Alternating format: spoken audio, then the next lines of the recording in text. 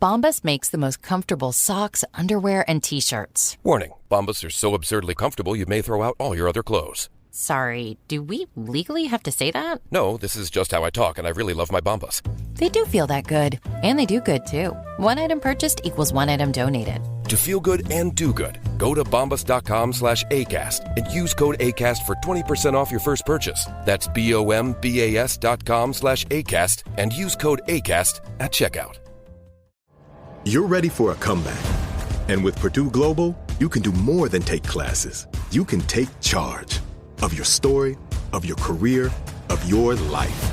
Earn a degree you can be proud of and get an education employers respect. It's time, your time, not just to go back to school, but to come back and move forward with Purdue Global, Purdue's online university for working adults. Start your comeback at purdueglobal.edu.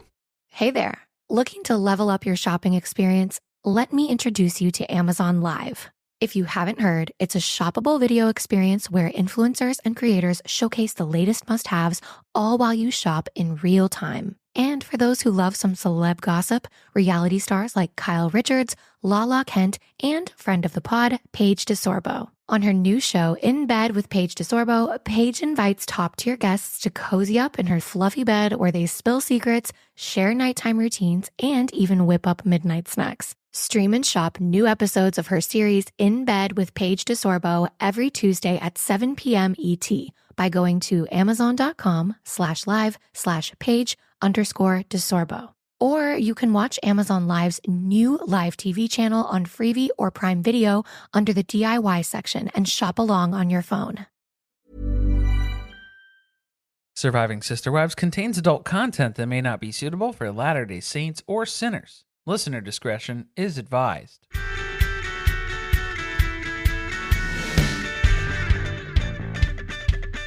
Hello and welcome to Surviving Sister Wives, the podcast where a monogamous couple drink heavily while recapping Sister Wives on TLC. I'm Corey. And I'm Carly, and this is Season 17, Episode 9, A Polygamist Divorce. A polygamist divorce? But it already happened. Divorced. A polygamist divorced. Past tense. Yeah, Kody's just finding out about it, actually. Y'all, this was an episode that you should watch with caution if you were on any blood pressure medication of any type. We watched it stone cold sober, unfortunately, and so now we have a lot of thoughts, we have some drinks, and we're ready to talk about it, unpack what we saw. So let's kick off with the TLC description for this one.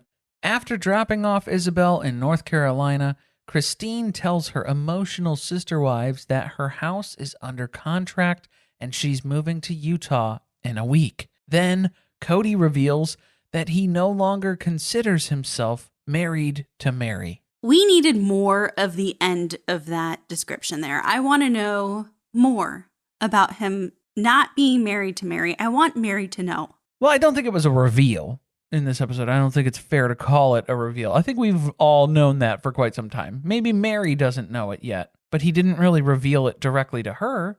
This was still just another confessional interview where the producer was asking Kody about his relationship with Meri. I hope that it comes up in another episode because she, in her confessional footage, is talking about, well, I hope that we're not divorced. Are we still together? See, this is just what a complete shock this was because it came out of nowhere, right? I thought things were so great with Meri. For this whole time, I was deceived. You could not believe this bombshell that they dropped on us, huh? Absolutely came out of nowhere. Zero notice. You ready for my episode rewrite? But I know we have the Carly episode rewrite. Let's hear it. Meri sneaks into a family discussion. Kody finds out he's divorced. Robyn reveals she's never watched the show. Christine prepares to fuck another man. If that's her only way out of this by Robyn's standards, then that's a sacrifice our freaky bitch is willing to make. She is up to the challenge. Don't threaten her with a good time. All right. We have another legal wife voicemail from Patreon. Again, you can join us in the virtual cul-de-sac at patreon.com/survivingpod. And bear with us, legal wives, as we make our way through your voicemails. You all are speaking out loud. You want to be heard. So let's hear our voicemail from legal wife Teresa. Hi, Corey and Carly. This is Legal Wife Teresa. Thank you so much for being the highlight of my Sunday evenings. I love wrapping up the end of my weekend, just reliving all the craziness that is going on in the Brown household. My question is this. So this season, I feel like many things are starting to become more moving towards kind of the inevitable conclusion, with Christine leaving, Janelle becoming more ambivalent about the marriage and possibly considering leaving. So it started me thinking about what potentially the last episode in the series might look like. In my mind, the last episode would have Janelle leaving Kody, reuniting with Christine, and them celebrating their independence and their fresh start to their lives. And then a scene of Robyn and Kody sitting outside in some lounge chairs overlooking Coyote Pass, giving each other a celebratory look, a knowing look that they had achieved their grand plan, and then Meri creeping out from behind a tree and saying, "Hey guys, I'm still here. What do you want to do tonight?" So my question is, if you could script the final episode of Sister Wives, what would that look like? Thanks a lot, and have a great week. Bye. Thank you so much for your voicemail, Teresa. This one is a fun one. I know I spent some time thinking about it. Corey, I don't know how long you spent thinking about it because I had a very clear picture of what I thought the end of the series would look like. What does the end of the series look like for you? Now, let's start with yours. Oh, you want to start with mine? Yeah. Okay. Well, I think you're not too far off, Teresa, from the description that you provided as well, too. I feel like it has to conclude with Kody and Robyn kind of realizing everything that they've been able to accomplish as a monogamous couple throughout this entire series, grifting this polygamous relationship status. I feel like there has to be that moment. But then I feel like I want more resolution with the kids. So I feel like I would need kind of like a callback. We would need to have like a reunion type thing where we would have our actual dad come and explain everything that we've experienced on the show. We would have Logan kind of give us an overview of everything that's taken place, lessons we've learned along the way, things we can appreciate. He is a good narrator. Remember Maddie's graduation video? The Tale of Two Maddies. Trademark. My Sister Wife's Closet Productions Incorporated, Limited. Their first and last motion picture. Yeah, that studio folded pretty quick, unfortunately. Are you ready for mine, or did you have more? I feel like for Christine, she's going to be living it. We should end with Christine getting remarried. She's going to have a successful relationship with a monogamous person. How about we just see a figure come down the aisle and we don't know who it is? We have no idea. We've never been introduced to this person. And when they cut, there's a veil. It gets pulled up. It's Christine. It's Christine marrying Christine. It's very Lizzo moment. Oh, whoa. Yeah, I wasn't expecting that. You'd be more likely to have Christine and Janelle running off together, but they wouldn't need to get married to do that. We need to see their best friend relationship continue to unfold later in life. We need Thelma and Louise. Well, maybe not that ending. Exactly. Maybe not that exact ending, but just, the connection, the vibe. What would the ending of the series look like to you, Carly? All right, so hear me out. They finally build on Coyote Pass. I already don't believe it. One house, one big house. But there's no Janelle anymore. It's just Meri, Robyn, and Kody with one big house. Is Janelle's grow operation still there? She's taking it on the road. Wow, okay. Hydroponic. Crystal Palace. Plot twist. Robyn leaves the family, finds a new man, richer, younger, dumber. Less angry? Maybe not dumber. Less angry. And so we get what we deserve, where Kody and Meri get what they deserve at the end, which is each other, alone, in this big house for eternity. Do you eat corn? And of course, we have Christine and Janelle, and they are enjoying pina coladas on a beach somewhere, laughing. Okay, I have a better ending now for Kody's storyline. It would be the police rolling up to the Biggie housey, like a la Jen Shaw from Real Housewives of Salt Lake City. It would be the FBI coming after Kody because Meri's been missing for quite some time. For months. Nobody's known. She's actually been gone for like 3 years and nobody's noticed.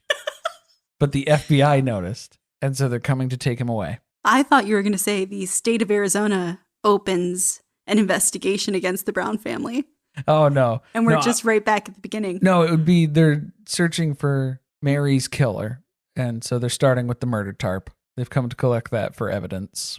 Maybe the most realistic ending is that the police stop Kody for something simple, like running a red light, going 5 over in a school zone, and he gets arrested and thrown in jail because he has years of unpaid child support that he owes Christine. Because he went to a lawyer to draft up legal custody papers and didn't realize that that was something that comes with that. Whoopsie doopsie. I think Kody being held legally responsible for his own children and his own deadbeat behaviors would be just a chef's kiss. All right, I think we've really thought about a lot of different ways this could end. I think we took it a couple different angles.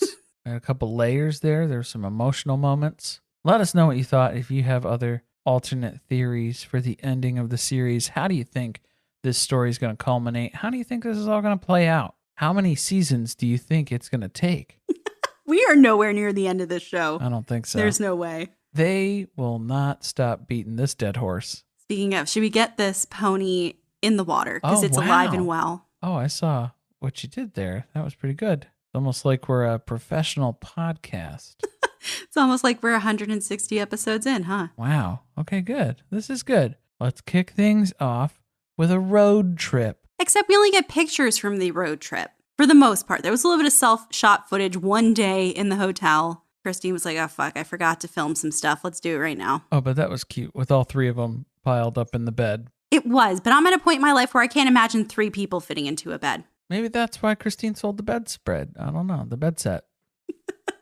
Might pick up the hotel set. She liked it so much, she's going to bring one back with her. Did we mention what this road trip is? It's obviously the trip to drive Isabel to North Carolina for school, which is where we left off at the end of the last episode. Christine and Isabel had a good time. They're reminiscing on how great it was to drive across the country. Truly, not so much. She learned one thing from this trip, which is that Isabel's car is very, very, very small. It's like a Yaris. It's very small. And it is loaded to the brim.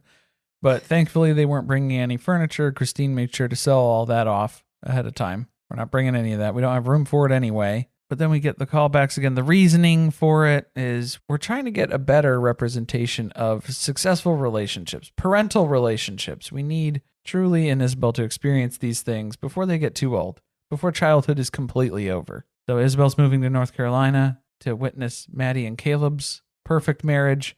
And then Christine is moving Truly to Utah to see Aspen and McKelty and their relationships, more extended family. But Truly tells Christine something she wasn't expecting on this trip, which is that she doesn't want to move because the kids have been playing things. Their cards are held close to their chests, right? They don't want to upset Christine. She's been through a lot. They've been watching their mom feel really sad, really hopeless the past year and a half or so. And they're really excited about the fact that she's leaving Kody and starting to do things that are going to make her happy. But some of these things are going to affect them too, like Truly now having to move to Utah. I thought it was really sad with Isabel bringing up how it's been a really hard year the past year emotionally, and where Christine is kind of emotionally reliant on Isabel throughout this hardship and through the breakup, divorce type process that we've been going through here. It was a little unhealthy. I think that this gives us a little bit more insight into why maybe Isabel decided to go to school so far away, because that was a big question a lot of people had. You know we saw, a couple seasons ago when they went and visited Maddie and Caleb, and she said she really liked North Carolina. But this was also, in a way, a good way to escape a situation that maybe she was sick of being in the middle of. But do you think Kody's going to watch this and blame Christine for taking Isabel away from him, forcing Isabel out of the house with her emotional problems that she kept dumping on her? I think we're pretty clear at this point that literally everything is Christine's fault.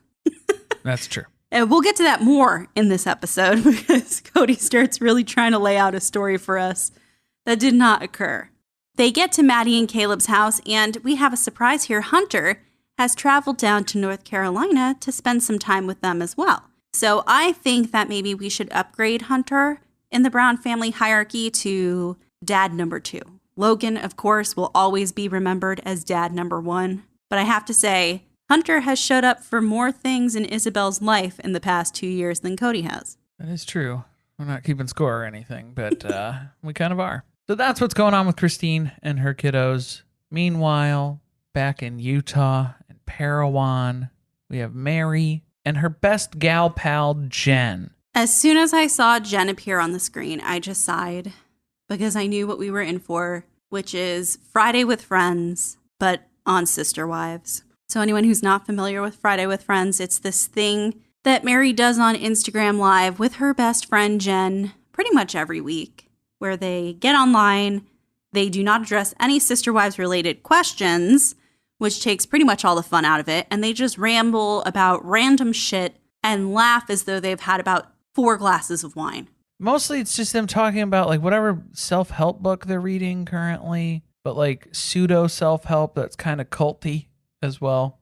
It's also a big ad for the Marco Polo app, which I think maybe 4 people in the world have downloaded. Meri, Jen, the catfish, and then who's the 4th person? Jen's husband to try to get a hold of her. Oh, okay, great. Anyway, for anyone who doesn't know the background on Jen, basically, and this is the way Meri likes to tell the story, she hired her for murder. Not for murder. Oh, for a cleaning service? Yes, Jen, she likes to leave it vague like that. Wink, wink. But see, Meri can be funny sometimes. She's not always a bitch. Mostly when it's about murder.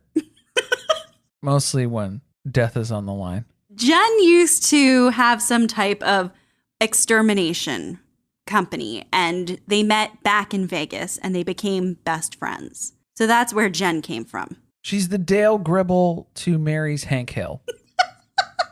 And we see that play out here. Basically, she is the only person that Meri can get to film with her at this point because all of her relationships with her family are in the shitter. Well, yeah, and Mary's used to having weird relationships with her family members, but now things are like extra weird. And so she misses that normal weirdness that she used to have. And she finds that with Jen. Jen's also been helping with the B&B over the summer since Bonnie passed away. So then that's been a big relief for Meri. I think the main takeaway here being that the only person who is here for Meri is Jen. Get her a Fidelis necklace. That's it. Get one stat. Jen has earned it. Kody's not so sure, though. He is questioning, I guess, Jen's motives or her character. Well, he doesn't really know what to question because he doesn't know what she's saying.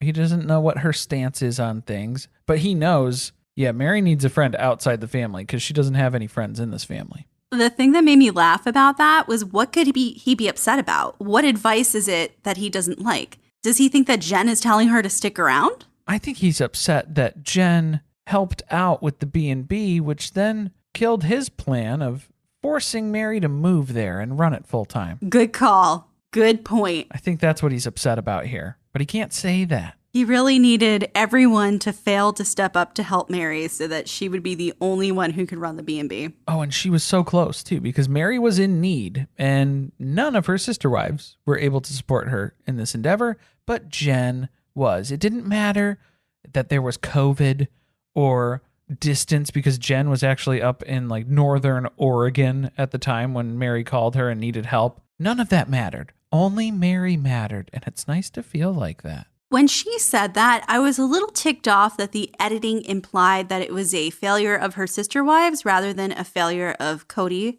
to be a partner to her, because that's what we've seen in the narration with Christine, is that Kody has failed to be a partner. And so we've seen that again when Meri needs a shoulder to cry on, somebody to help her out a little bit, some empathy from anyone whom is part of her family, just generally. Well, whatever it is, it got enough notice that she did receive an invite to come to this family discussion that is taking place. So they're going to try and make it up to her by at least having her join in person. Before we move past that, can we talk about Robyn again inserting herself as the expert of all things sister wives related? I didn't even write anything down because all I wrote was that Robyn spouts off a bunch of BS about sister wives and just wants to remind us all that Kody's dad married Janelle's mom just to keep it weird. What? I must have blacked out during that. See, that's what I'm saying. She just talked a lot. Oh. She said a lot of things. Oh, I remember because she was talking about the relationship between Kody's mom and Janelle's mom. How special that is, the sister-wife bond. Right. But I think the main reason why she brought that up is just so that she could throw that in again about how weird it is that Kody's dad married Janelle's mom. I like how she brought it back to jealousy too. Like sometimes two sister wives will just become best friends. Like say Meri and I, who are just clearly the best of besties. Or what about Christine and Janelle? Because then that's an exclusive That's thing. a good point. So And why is that okay for Robyn and Meri to be best friends, but it's not okay for Janelle and Christine to be best friends? because when Janelle and Christine do that, it's a click. Yeah, it's exclusive because it excludes me. It's exclusivatory. All right, so Christine has had some good news. We're going back down to Flagstaff. She has found out that there is an offer on her house. She told Kody, which was nice of her to do, but not really necessary. But the rest of the sister wives don't know. So that is our current status of who's in the know about what at this point. So there's a lot going on still. So even though there's an offer on the house, Christine's got to move stuff around. She's got to get resettled in here. She sold her bed set. So now she is bedless. She slept on a couch for 2 weeks. Anything's better than sleeping in a bed that reminds her of Kody, though. They were putting some type of bed into Gwen's old room. Was that Truly's bed? It was ready for the trash, it seemed like. It was something that you put together once and you can never take it apart and put it back together again. Just please don't ever drag furniture around the way that Christine does in this segment. Please, nobody should be doing this. She has no one to help her move it. Truly standing right there.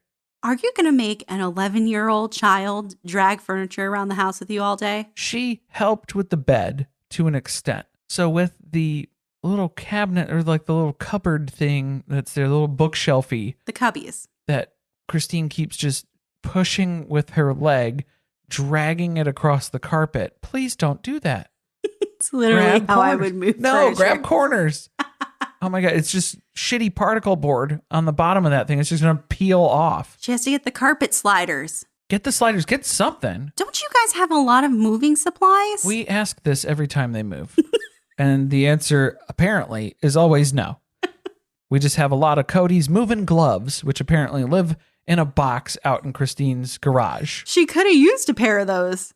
She should have put them on just for the irony. Oh, man. Yeah, because she did take a couple of shots at Kody here inadvertently as well, too. Because funny that you mentioned Truly being 11, because as they were struggling to put sheets on the bed that they were setting up, Christine is giving Truly a hard time, calling her a 10-year-old, and Truly has to correct her. I am 11. Did you forget my age? Mother. And then we all died of laughter because that's just fucking funny. Man, she got him. You could tell Christine was laughing, legitimately laughing at that exchange as well, too. These are very clearly shots at Kody. That is pure comedy. I hope that Truly takes all of this trauma and she turns it into a career in stand-up comedy. Not everybody's cut out for it, but you could do it. I think you could do it. Christine's at the point where she doesn't give a fuck about Kody or where he thinks about anything anymore because they have been back from this trip. It's been 2.5 weeks and he hasn't seen Truly once. They've moved out Gwen out of the house into her own place. They've moved Isabel out of the house all the way to North Carolina. They're moving all this stuff around, shuffling in the house itself. Life's just passing on by, and Kody's nowhere to be found. But as it turns out, Kody doesn't want to go to Christine's house. Duh. Well, he's got a lot of excuses, right? The first is he still doesn't have a place for Truly. Robyn's inn is full. There is nowhere for her to stay. I guess even the pantry is off the list. Well, because Christine didn't take any of the food from their stash. So They had to move it all in there. it's all there. There's nothing that we can shuffle around here at all. But Kody keeps mentioning we got to make some kind of an arrangement. We got to do this. We got to do that. I think when he's saying we, he's meaning Christine, but he doesn't even know what circumstance can be made that will have him be comfortable enough to interact with Truly. Well, he doesn't want to see Christine. He doesn't want to go to her house. He doesn't want to interact with Christine. I mean, I agree that by default, he doesn't want to interact with Truly either because there are lots of ways that you can make this happen, sir. There are families, I'm going to tell you this, Kody Brown, where the parents cannot interact with each other. Legally, cannot interface, and people still see their children. Yeah, I don't know what scenario he's thinking up if he can't have Truly over at Robyn's house. and he doesn't want to go and see Christine. Is he just asking Christine to leave her house when he comes over? I'm sure Christine would do that. But he's not asking for that. Yeah, he's not going to do that. She's 11 years old. She can't stand at the mailbox and wait for you to come pick her up and you take her to Dairy Queen for 25 minutes and you bring her back home. Can't you pick her up and take her on her own murder tarp date somewhere out in the woods? Coyote Pass. Is that not neutral ground? Well, that's Janelle's ground now. She's kind of staked her claim. So why can't he see Truly at Janelle's? I know that he doesn't like going to Janelle's right now either. That's true. It's very true. He doesn't want to be punished twice at the same time. He sucks so much. He's full of excuses. How long has it been? Months at this point? Didn't they start talking about this in June? He was telling Christine all the things that he was going to get in place for Truly, to have Truly come over. And he can't even do that because Christine knows this dude's full of shit.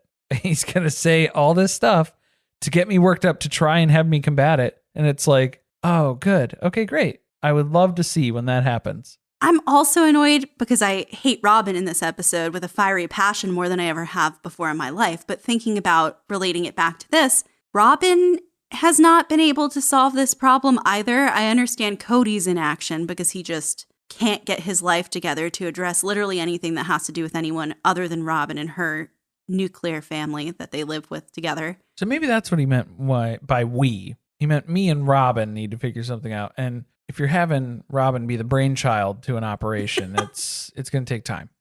I guess the thing that's pissing me off is that Brianna and Aurora won't share a room. That's the problem. Well, even Saul and Ari. And why does Ari need her own room? It's already been established that she, 1, doesn't sleep at night. And 2, if she does sleep, she sleeps in Kody and Robyn's bed. Why does Ari need her own room? Good question. Throw a toddler bed over in Kody and Robyn's room and that's it. Do some bunk beds just for when Truly comes over. Oh, no, we can't do that, though, because Christine specifically stated Truly needs her own room. Why can't we kick one of the kids out who is an adult so that we can have one of the tender-aged children have a bedroom? I would say that Truly's more tender-aged than most of Robyn's children. I can't even say it sarcastically. Gross. Choked on the words. Ugh.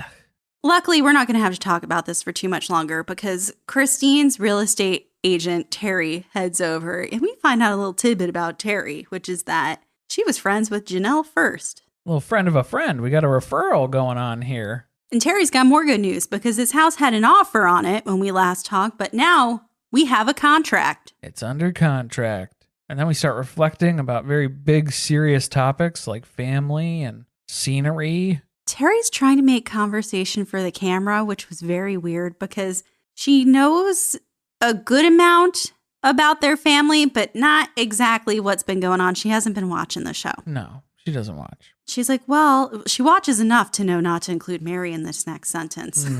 But she points out this is going to be hard, isn't it? You're leaving Janelle and Robyn. It's going to be a big change. And not just for you, but a big change for all the other people in the family, too. Yeah, not really too worried about the other people in the family because at this point, everything Christina's been working towards is culminating right now. Everything's happening super quickly. She's got this offer on the house. It's turned into a contract. She's going to move next week. So we've been talking about the plans, but now we're finally going to get to see them unfold. So she's going to have to tell her sister wives about the plans that are unfolding. And basically, her hopes are just that they don't hate her for sharing this information. She doesn't even want them to understand. She just wants them to hear her and not hate her. To be fair, that is a very lofty goal. Yeah, it's going to be a tough one. To make switching to the new Boost Mobile risk-free, we're offering a 30-day money-back guarantee. So why wouldn't you switch from Verizon or T-Mobile? Because you have nothing to lose. Boost Mobile is offering a 30-day money-back guarantee. No, I asked why wouldn't you switch from Verizon or T-Mobile? Oh. Wouldn't. Because you love wasting money as a way to punish yourself because your mother never showed you enough love as a child? Whoa. Easy there. Yeah. Applies to online activations. Requires port in and auto pay. Customers activating in stores may be charged non-refundable activation fees. Hey, I'm Ryan Reynolds. Recently, I asked Mint Mobile's legal team if big wireless companies are allowed to raise prices due to inflation. They said yes. And then when I asked if raising prices technically violates those onerous 2-year contracts, they said, "What the f*** are you talking about, you insane Hollywood ass f- So to recap, we're cutting the price of Mint Unlimited from $30 a month to just $15 a month. Give it a try at mintmobile.com/switch. $45 upfront payment equivalent to $15 per month. New customers on first 3-month plan only. Taxes and fees extra. Speed slower above 40 gigabytes. See details. My dad works in B2B marketing. He came by my school for career day and said he was a big ROAS man. Then he told everyone how much he loved calculating his return on ad spend. My friends still laugh at me to this day. Not everyone gets B2B, but with LinkedIn, you'll be able to reach people who do. Get a $100 credit on your next ad campaign. Go to linkedin.com/results to claim your credit. That's linkedin.com/results. Terms and conditions apply. LinkedIn, the place to be, to be. Rebag, your premier destination for luxury resale. Elevate your style with our curated collection of bags, watches, and fine jewelry. At Rebag, quality is our priority. Each piece meticulously vetted and verified by experts, ensuring your investment is nothing short of perfection. Buy and sell finds from the world's top brands, including Hermes, Chanel, and Cartier. Access expertly crafted and hard-to-find pieces that redefine luxury. Your next investment awaits at Rebag. Get 10% off your first purchase with code REBAG10. That's 10% off the luxury you deserve. Don't miss out. Head to Rebag.com and enter code REBAG10 at checkout. That's REBAG10. Hey there.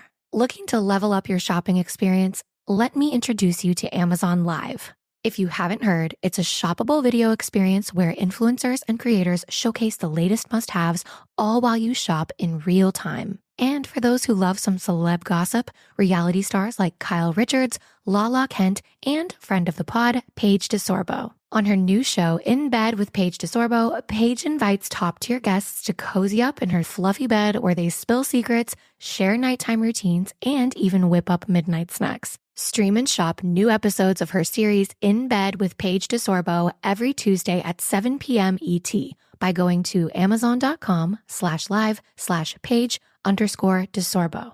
Or you can watch Amazon Live's new live TV channel on Freevee or Prime Video under the DIY section and shop along on your phone. All right, so today is the day. It is the day that everyone is coming over to Christine's house. They're going to hear what's going on. It's the knife and the kidneys conversation. But as you know, for anyone who watched, we don't get to the knife in the kidneys. We're saving that for next week. That's the cherry on top. But boy, do we get quite a conversation here in this segment. We've got a set where everyone's at, right? So Janelle pretty much knows what's coming. Robyn is acting confused as usual, although maybe she's not acting because she genuinely gets confused later in this conversation. Yeah, she's just stressed and she doesn't know what horrible thing Christine is going to unleash on the family. She's already brought the divorce into this and she just is wondering how Christine's going to make this whole thing even worse. Meri and Kody, both angry about everything. Just angry. All anger, all the time. But Meri at least admits that her anger is a secondary emotion because she's actually hurt that Christine is leaving. That's true. That's more emotional intelligence than Kody has because he doesn't know why he's angry. He's just angry. Just so angry. Angry at everything, angry about everything, angry with everything, just angry. All right, so we have to tell everyone now. Christine says that the house is under contract. Janelle makes the mistake of celebrating that. Yeah, Kody doesn't understand why Janelle would say yay to that when it's horrible, detrimental news for Kody. So he's kind of pissed about it. Not starting off great. And that was only the soft blow, right? Because now this is the real thing that's going to set everyone off. Then she tells them that she's moving to Utah with Truly in a week. Also, yeah, we found a place in Utah. It only took 3 days of looking, and we're going to move there next week. So Kody is rubbing his eyes now. He's fully stressed out. Robyn did another one of those stressed faces. It's not a grin. What would you call that? A grimace? A grimace. This is really fucking up their plans because they were trying to trap her here, and she has somehow found her way out. She weaseled out of this. Meri isn't going to congratulate her on leaving because that really doesn't make sense. But then she's also sure to tell us that she's not jealous, though. Oh, yeah. Meri is definitely not jealous that Christine is leaving. Meri's strength is in sticking around, just like Carly proposed for the final episode of the series. Meri's there. Always has been, always will be. I've said it once. I'll say it again. She is going to make sure her face is the last thing Kody sees before he closes his eyes and departs this earth. And I like to think of that as not in an old age, resting in your sleep sort of way. I think it's in more of a Jodi Arias kind of way. Where she's going to snap that picture when you're in the shower, and then that's the last of you. God.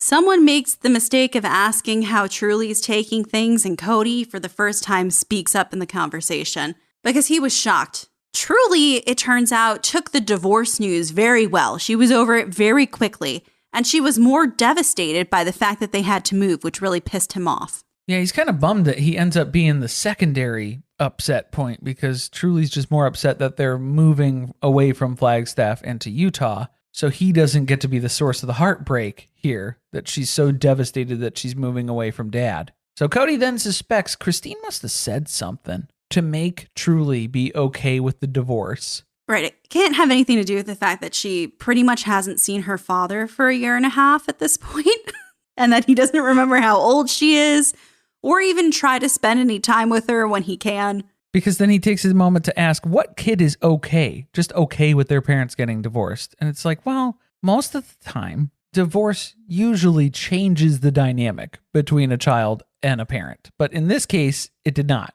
because clearly she hadn't even noticed. It was really more devastating for Kody, because when he had that conversation with Truly, he found out that he was already divorced from Christine. And that is just the brutal irony here, because we were all worried earlier this season that Kody was going to spill the beans to Truly about him and Christine being divorced, getting divorced. And here it is that Truly is actually the one who breaks the news to Kody. You are already divorced. You are a divorced man now from my mom. I just love that Truly delivered that news. No, thank you, Daddy.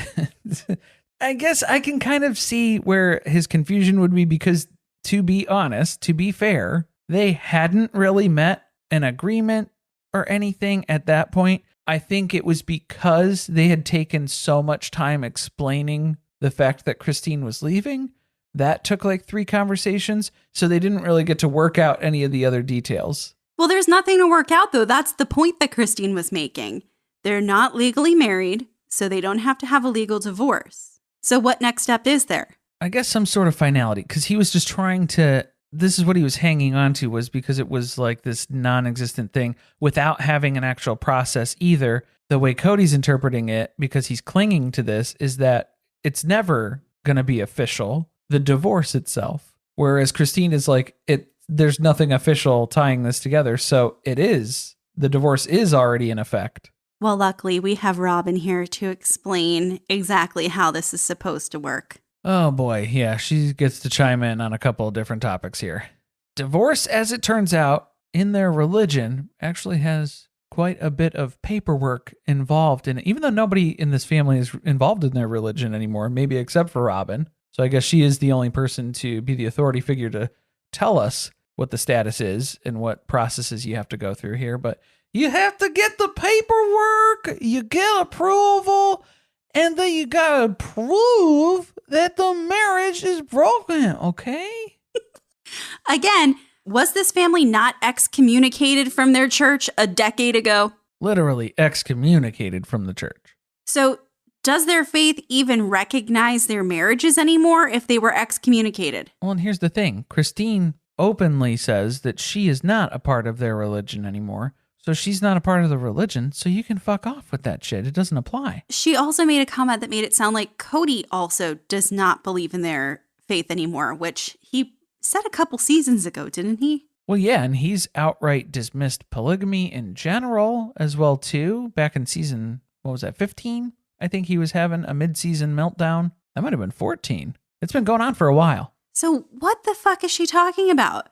It gets worse. Oh, yeah, because then we get a couple more details from Robyn, because Robyn is of the understanding that until Christine is physical with another man, she's still married to Kody.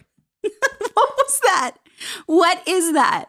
Did she make that up? Somebody has to tell us, someone who has some insight more than we know, because it feels like none of them really know any of the rules within their religion. And I really feel like Robyn makes things up and they all just believe her.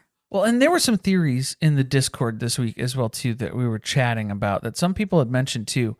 Robyn, of course, being the only holy person here in their religion who's also been through a legal and spiritual divorce from her first marriage, her first husband, if you'll allow your brain to let that reality sink in. She kind of mixes, maybe. She's been through that process, and she probably didn't even understand which steps were the legal process of getting divorced and which steps were spiritual, symbolic steps of getting divorced. Why is having sex with another person a requirement, though, to finalize your divorce from somebody? I bet you that is some weird purity bullshit that she heard from some pastor or preacher or someone from her faith who was instructing her and reassuring her about her renewed virginity that she'd be able to offer Kody at some point. You're probably right, and that's so disgusting. I would like to think that it has more to do with Robyn's manipulation in that we know when she joined the family, she had to get added to the house rotation. I don't want to call it the bedroom rotation, but that's what it was, right? Before they actually got married. So what was going on in that bedroom? I want to know now. Y'all been kissing? More than kissing. I really feel like Robyn's problem is that she doesn't want to see Christine in the afterlife after this betrayal. So she has to make sure that it is spiritually taken care of. Right, but if Christine isn't in the faith, doesn't that exclude her from the afterlife then, too? I don't know. I feel like we're getting to a lot of questions that probably people within the faith probably don't even really know the answers to. I was going to say, there's no way that Robyn knows the answers to these things either. Janelle gets it, though. Christine's left their faith, so the rules just don't apply to her anymore. Why would it matter? It doesn't. It doesn't matter. I guarantee you, it doesn't matter. The thing that enraged me about this conversation from the start was that it really felt like Robyn came into this conversation ready to be Kody's flying monkey. I feel like Robyn and Kody were very much on the same page as far as what their understanding was and interpretation of the situation. And that was not accurate to what it actually was that was taking place between his relationship with Christine, where things have stood for years. We'll get into a couple other examples here shortly, but I think their perception and the storyline that they built in and the narrative that they were fighting and arguing about didn't align with what was actually taking place. Mm-hmm. It was just Kody stayed quiet for a lot of the conversation and let Robyn really be the one who did all the talking, which had its drawbacks, to be honest. He maybe should have spoken up for himself so that we had a coherent conversation. Oh, man, because we did not have that for a little while here because Robyn is still trying to piece together what is going on in this conversation. This is the point where Meri's like, hold on. So if the way it works is that you can just decide that you're not spiritually married anymore, then what does that mean for me and Kody? Because he's made it clear that he doesn't want to work on our marriage. Uh-oh. And now Meri is questioning everything that she knows. We haven't reached a full existential crisis for her yet, but we might be on the path for that. I cannot wait for him to tell her that she can go ahead and marry someone else if she wants. Because he literally does. He says that to the producer. But yeah, this is scary for Meri. Meri does not like this approach where one party can just decide, hey, we're not married anymore, because that means that Kody could just decide that he's not married to her anymore. And again, that affects her. So that's scary. Well, and this whole thing is hypocritical, right? Because Kody decided that he couldn't have a functional marriage with Meri anymore. So he stopped interacting with her like a married person and she stuck around. Christine was the one who decided she couldn't have a functional relationship with Kody anymore and she rejected him. And then she decided to get out of there and he's not comfortable with how quickly she's moved on. And that's his problem. Even though the essence of the situation is the same in that one party didn't want to be in a marriage with the other anymore. Well, and the other difference that he points out as well, too, is that Kody's relationship with Meri has been falling apart in slow motion for the better part of 15 years. Isn't it basically the same timeline for Christine? No. See, that's where you'd be wrong, according to Kody, because Christine just one day here in Flagstaff, out of the blue, figured out that she'll never be happy in this relationship with Kody, and she's just suddenly leaving with no other notice. She hasn't brought this up ever before. No warning. Completely out of the blue. Except it's not out of the blue, and we'll hear about that in a minute. It's definitely not. Yeah, that is complete sarcasm. But first, poor Janelle. This is the second time it's really the third time she's spoken up in this conversation, and again, it doesn't hit well. Because she says she doesn't regret the fact that they kept the family together for so long, that they kept doing this, even though, it may have been hard, there were struggles. They have this cohesive family that came out of it and this bond with the kids. Kody doesn't see it that way. Kody basically sees it as 3 of Janelle's kids, like 3 of Christine's kids, and that's not a cohesive unit to him. First of all, I don't think Kody remembers the number of children that each of the wives have or could even name them all. He definitely could not give ages. We know that. We know from our own interview with Peyton that he considers his brothers, meaning his brothers from Janelle, are his best friends. Yeah, because I thought that was weird that Kody listed off Peyton specifically as one of the kids who doesn't fit into this family system. But that is not what Peyton told us directly. He also mentions Leon and then, of course, Dayton Aurora Brianna. Because how could Dayton Aurora Brianna not be a victim of this family? But then that's what Janelle has to point out too, is that Cody's seeing all of this through kind of this lens, this perspective of Robyn and her kids' experience, which there's some weird filter for whatever reason that her children have been slighted by the entire Brown family and were never official members of the family, even though they discredited that storyline in probably season 3, I think, was when they were trying to put the nail in that coffin. Didn't work out that way. It's just weird, though, that they're all coming at it from this defensive, wounded place. I thought it was really interesting that Janelle made that observation because for me personally, I don't understand why would you want to be in a relationship with somebody who only colors all of their interactions with the rest of the family based on what's good for this small part of the family. Well, and even that, she's pointing out we do get together for larger family things at holidays and other events, and it's not weird.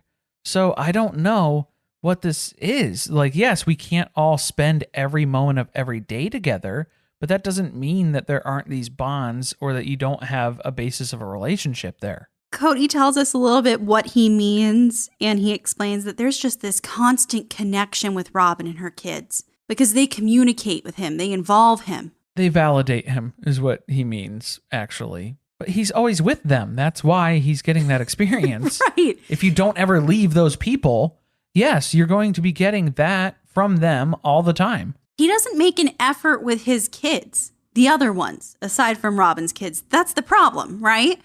He's just spent 2+ weeks away from Truly. He expects the kids to go out of their way to communicate with him, but he doesn't call them, which was an issue we saw them talk about during COVID. So why is it that he needs everyone else to do the work for him to maintain relationships? It's just really frustrating that it seems like the only relationships he's willing and able to continue to maintain are those that happen within the walls of the She-Ra Chateau. This is Steve Covino from Covino & Rich, here to tell you Toyota's legacy has been standing tall for generations. From pioneering hybrid technology to redefining the standards of safety and efficiency.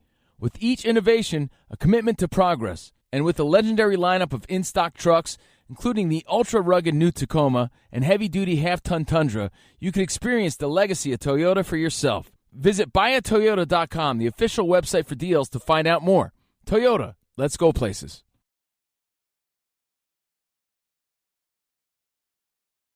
Hey, I'm Ryan Reynolds. At Mint Mobile, we like to do the opposite of what Big Wireless does. They charge you a lot, we charge you a little. So naturally, when they announced they'd be raising their prices due to inflation, we decided to deflate our prices due to not hating you. That's right. We're cutting the price of Mint Unlimited from $30 a month to just $15 a month. Give it a try at mintmobile.com/switch. $45 upfront payment equivalent to $15 per month. New customers on first 3-month plan only. Taxes and fees extra. Speed slower above 40 gigabytes. See details. Bombas makes the most comfortable socks, underwear, and T-shirts. Warning, Bombas are so absurdly comfortable you may throw out all your other clothes. Sorry, do we legally have to say that? No, this is just how I talk, and I really love my Bombas. They do feel that good. And they do good, too. One item purchased equals one item donated. To feel good and do good, go to bombas.com/ACAST and use code ACAST for 20% off your first purchase. That's BOMBAS.com/ACAST and use code ACAST at checkout. My dad works in B2B marketing. He came by my school for career day and said he was a big ROAS man. Then he told everyone how much he loved calculating his return on ad spend. My friends still laugh at me to this day. Not everyone gets B2B, but with LinkedIn, you'll be able to reach people who do. Get $100 credit on your next ad campaign. Go to linkedin.com/results to claim your credit. That's linkedin.com/results. Terms and conditions apply. LinkedIn, the place to be, to be. Hey there. Looking to level up your shopping experience? Let me introduce you to Amazon Live. If you haven't heard, it's a shoppable video experience where influencers and creators showcase the latest must-haves all while you shop in real time. And for those who love some celeb gossip, reality stars like Kyle Richards, Lala Kent, and friend of the pod, Paige DeSorbo. On her new show, In Bed with Paige DeSorbo, Paige invites top-tier guests to cozy up in her fluffy bed where they spill secrets, share nighttime routines, and even whip up midnight snacks. Stream and shop new episodes of her series In Bed with Paige DeSorbo every Tuesday at 7 p.m. ET by going to amazon.com/live/Paige_DeSorbo. Or you can watch Amazon Live's new live TV channel on Freevee or Prime Video under the DIY section and shop along on your phone. This is where Kody starts chuckling to himself here because he can't figure out why he's so angry. And it's like, yeah, dude, go to therapy. That's the sign for that. If you're just angry all the time and you don't know why because you're so not in tune with your own emotions, you need to figure that out, man. He's only got one emotion. It's anger by default. He needs Robyn to tell him what it is and why.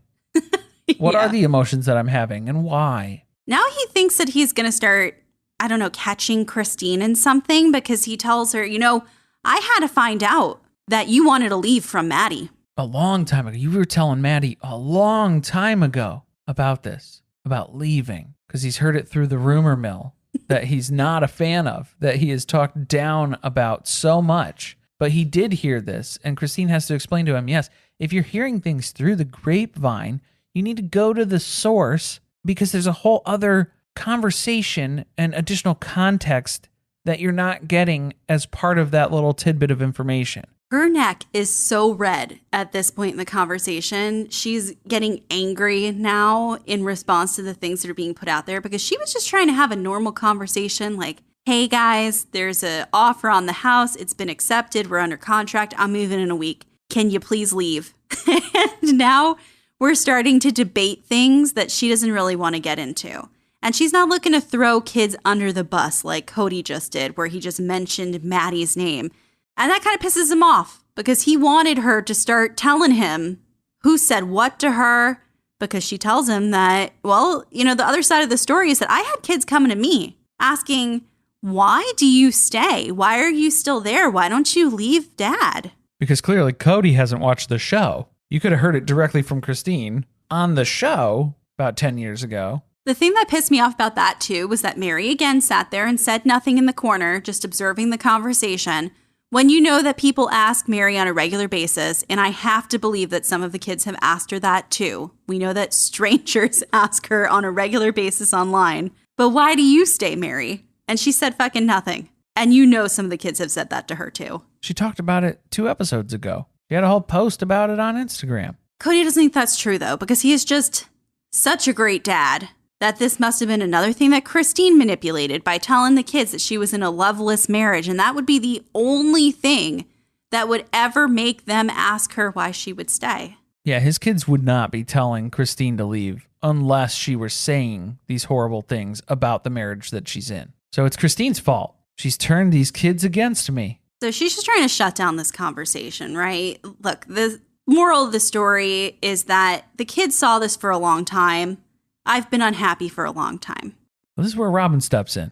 This is where she outright calls Christine a liar. Yeah, because Robyn apparently can't believe that the kids would know all of these things, all of these details about their relationship, wouldn't have picked up on any of those signals on their own. There's no way that her children could have known how terrible the relationship was. Well, it didn't happen because everybody was happy in the cul-de-sac. No one was unhappy. It was an amazing time for the whole family. So unless you were faking that in front of me, I remember. Oh, Robyn remembers so much. She remembers hearing good things, remember seeing dates. I remember, what were you faking all of that?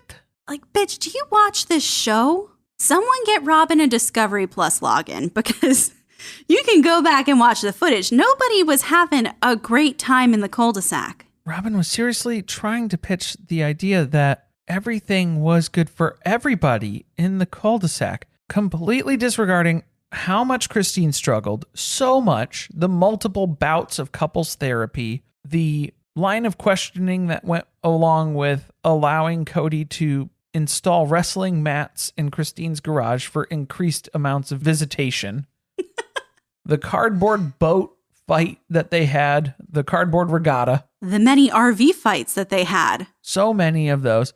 And also, yeah, who else was a bright beacon of a successful relationship in this polygamist lifestyle? Meri and Kody, who Meri was so desperate for any sort of attention from any man that she was catfished online.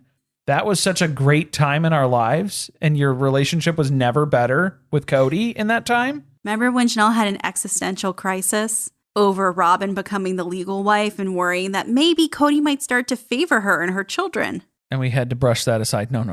That's ridiculous. Why would you ever get that little thought in your head? Everyone was happy, though.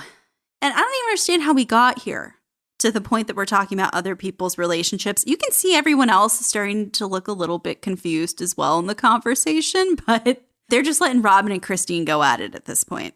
Well, it's mostly just Robyn going at it because she's just accusing Christine of all these things. Oh, you lied about all these things? You're a liar. And things were great with everyone and it was so good. And then Meri's like, I think Robyn heard something wrong, but I don't want to say anything because she's kind of on a roll and I'm going to let her go with it. That was my favorite clip of the episode, was just cutting to Meri on the couch. I think Robyn misunderstood the assignment. Yeah, a little bit. But I'm not going to correct her either because it sounds like she has a lot to get off her chest. Now, Janelle gives us some amazing insight because this is where she says this conversation is like weird as fuck because Kody and Robyn are trying to invalidate Christine's feelings and make her feel as though this decision to leave is something that she just decided to do on a whim. Kind of like making it seem like Christine is flighty and irrational, the way that Kody has always mentally portrayed her to be. Or a princess who asks for too much and is demanding, doesn't like when she doesn't get her way. So this is where Robyn gets combative, because if you didn't think she was already, goes full accusatory about Christine and Kody being completely unable to communicate. Well, Christine's trying to talk about the conversations that she and Kody have had recently. We didn't even get to hear where she was going with that because Robyn interrupts her. Jumps right in on it and accuses Christine of, well, you guys don't communicate. So I don't know how you can say that your communication has been really good the last 6 months because you and Kody don't actually communicate. It doesn't count because I didn't interpret it, so it doesn't actually count. Kody gets all shitty about this too because he's like, well, basically what's been happening is Christine's just deciding what she wants to do, and then she tells me, and that's it. So that's not really communication, which is somewhat true, but all he does is shrug his shoulders whenever she does try to communicate with him. Well, I just love, because now that Christine has found her inner She-Ra, because she has the power now, as Kody says, now it's a problem. But I love how, too, Robyn was just complaining about how everything was perfect in Vegas. Everything was great. But then you're immediately following that up by telling Christine that she and Kody don't actually communicate. So are you admitting then that their entire marriage was a sham? Because if they were never able to effectively communicate, how can you have a successful relationship? You don't get to pick both. But that's what Robyn is accusing Christine of. So Christine knows this is all ridiculous. Everybody in this conversation knows this is absurd.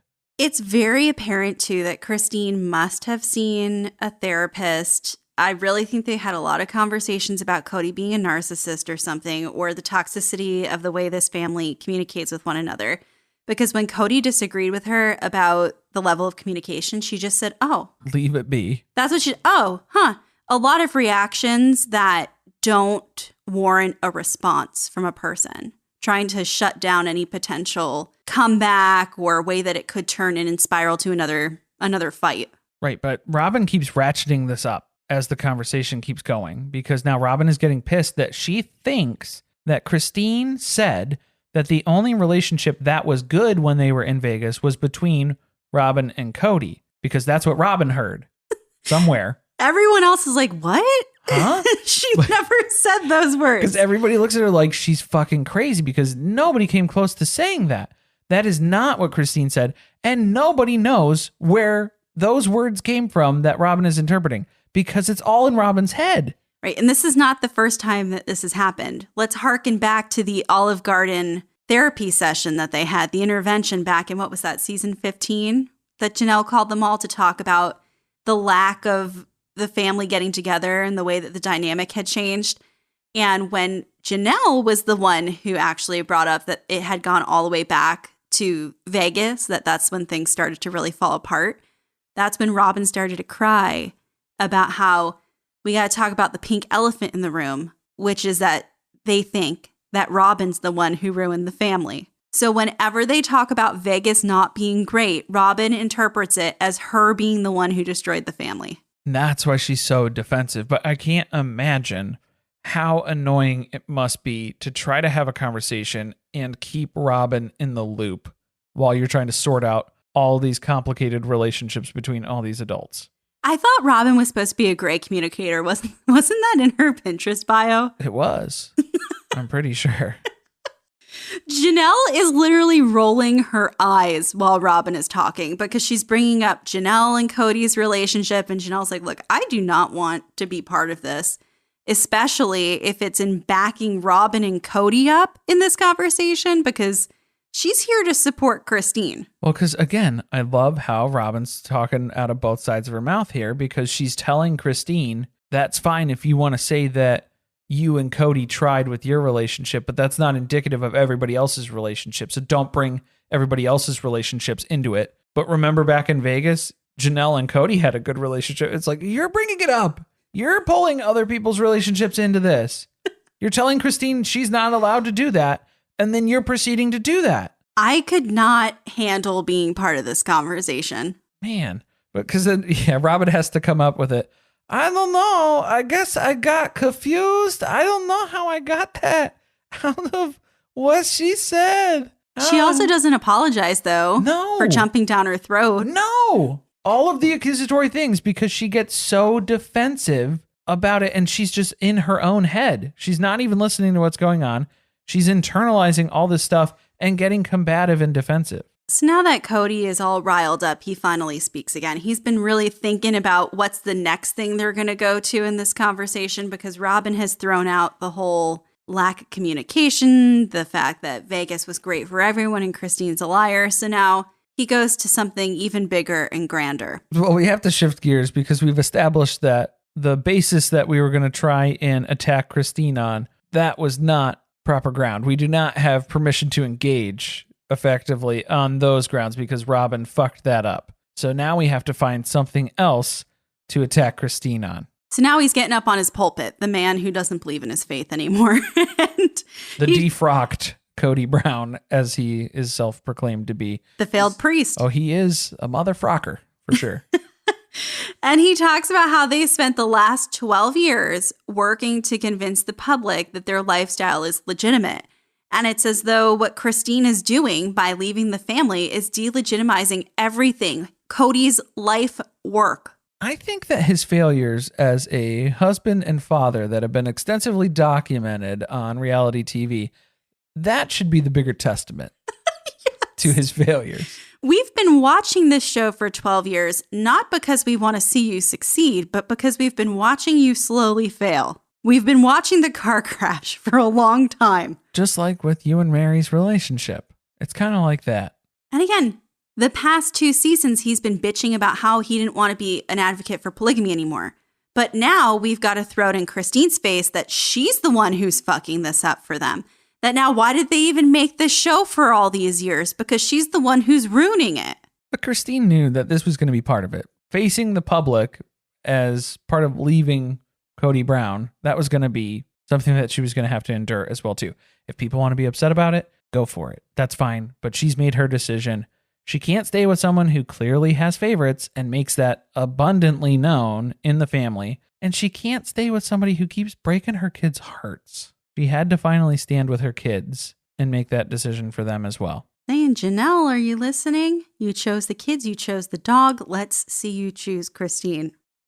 Next episode, everyone starts melting down because this conversation is continuing. It's a two-parter. They're accusing Christine of never accepting Robyn from the very start. Meri thinks that Christine has acted in a way towards her that has shown disdain. Kody thinks that she's never tried to have a good relationship with any of these people. And we watch everyone storm off while Janelle stays behind and gives Christine a hug on the porch. Yeah, and I think this was just because, again, Christine wasn't engaging in most of these shots that they were taking to try and pick a fight. So they just had to keep throwing every single slight that she's ever had and then yell at her about it until they get a reaction. But it still doesn't seem like it works. It's just Kody blows up and then he storms off, but it doesn't look like Christine engages or retaliates in any way. But we'll have to see next week and kind of figure out what's going on there. I have a feeling that this is going to be the knife in the kidneys, which we saw, but that'll be probably like the first part of the episode. And then I think we're going to get into Christine actually leaving. Christine actually leaving, and maybe just that weird standoff that happens between Christine and her kids and then Robyn and her kids. The goodbye party. The farewell, adieu. And yeah, if you're placing that party immediately following this conversation, that's going to explain some of the tension. Thank you for listening. If you want to support us, the best way to do that is by subscribing to the podcast or leaving your review on Apple Podcast or Spotify. Be sure to tweet with us about the episode at surviving_pod. Stay tuned, share with friends. See you next week.